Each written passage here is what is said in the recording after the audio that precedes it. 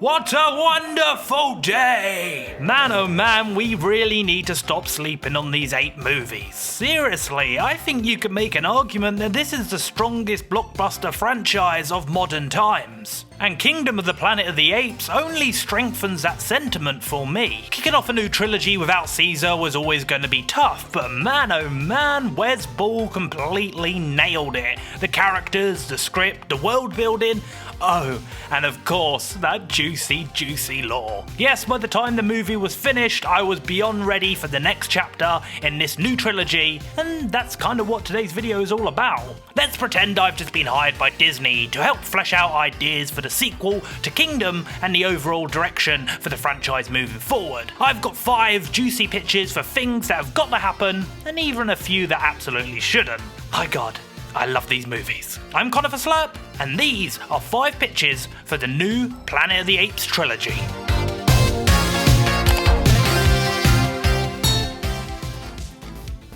Number 5, the Gorilla Clan. Let's kick off this pitch list with a story and a group of characters I would like to see introduced in the next Planet of the Apes adventure.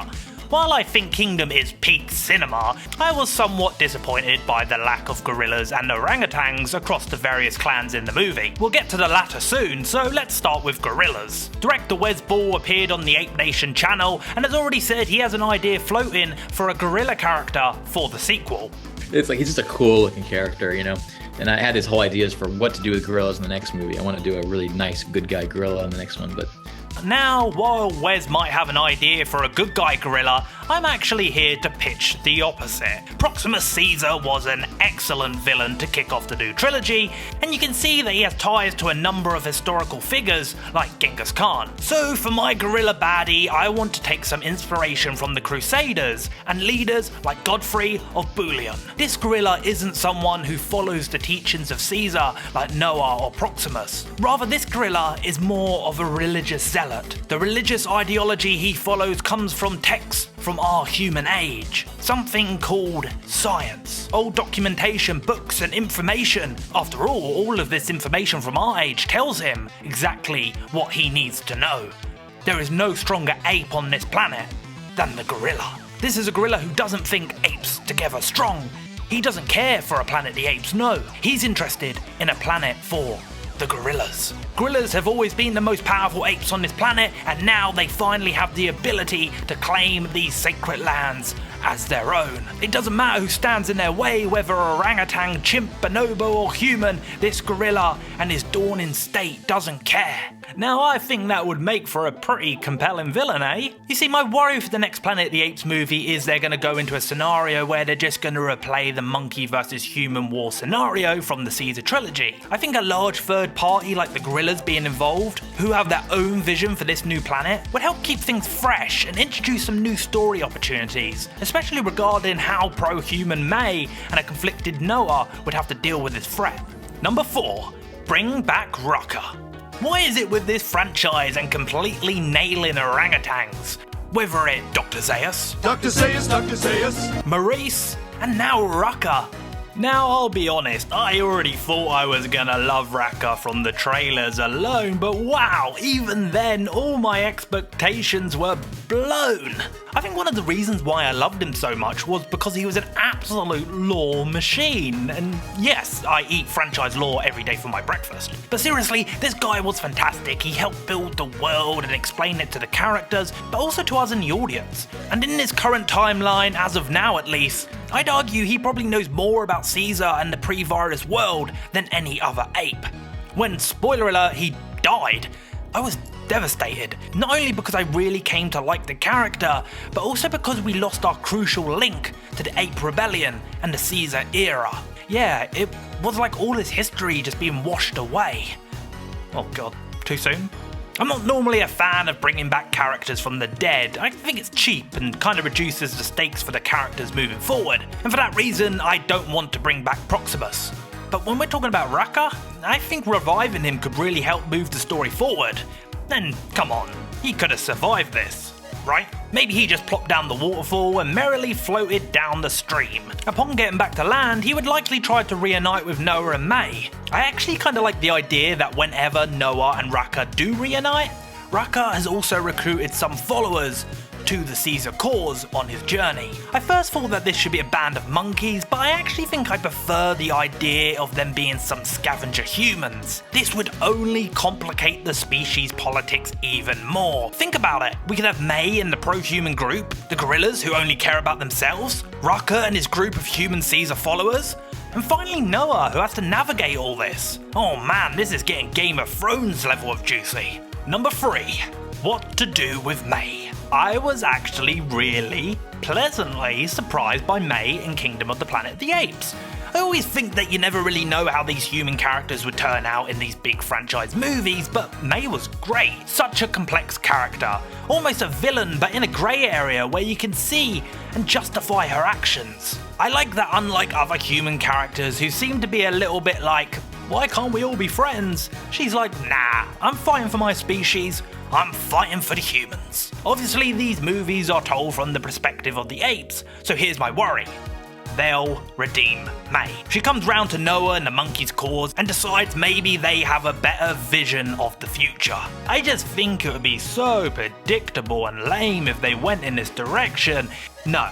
You see, I much prefer Noah and May almost needing each other to the point of serving each other's interests. There's a level of history and respect between the characters, but both have fundamentally different philosophies and methods when it comes to the relationship between humans and apes.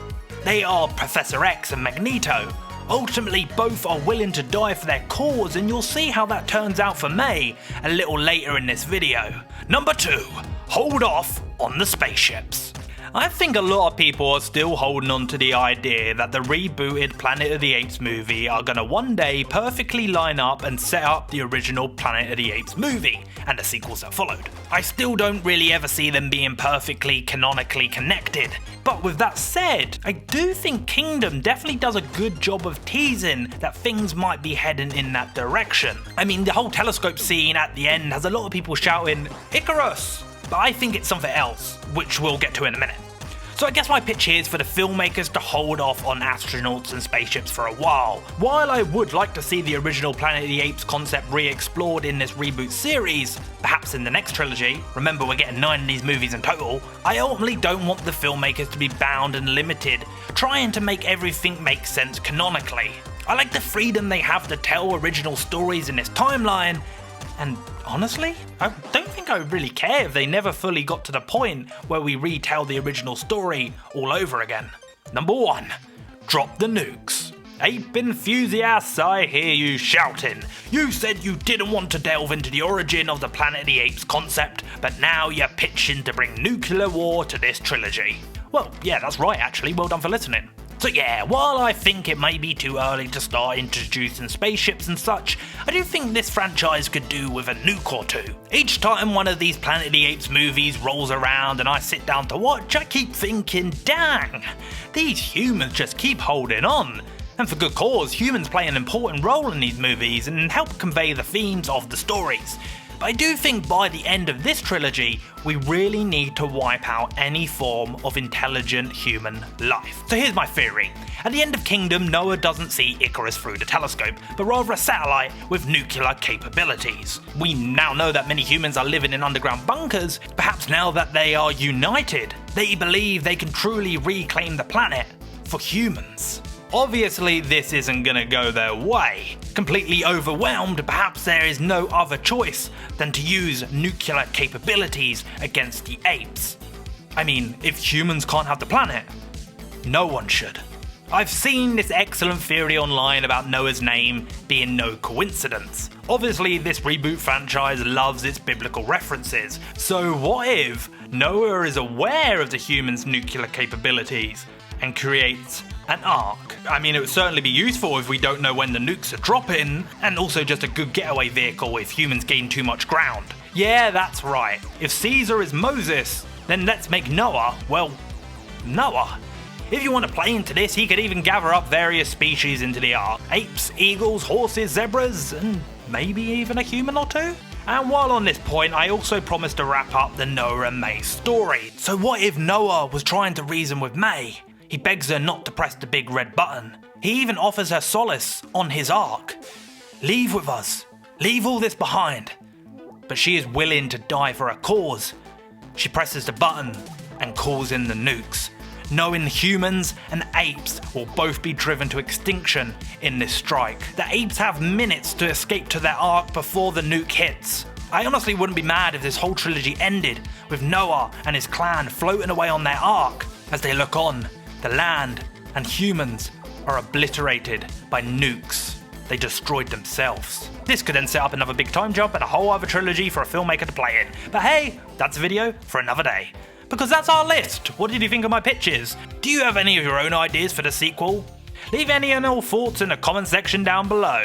And if you're new here, hit that subscribe button for more monkey coverage. I've been Connor for Slurp, and I'll see ya in the next one.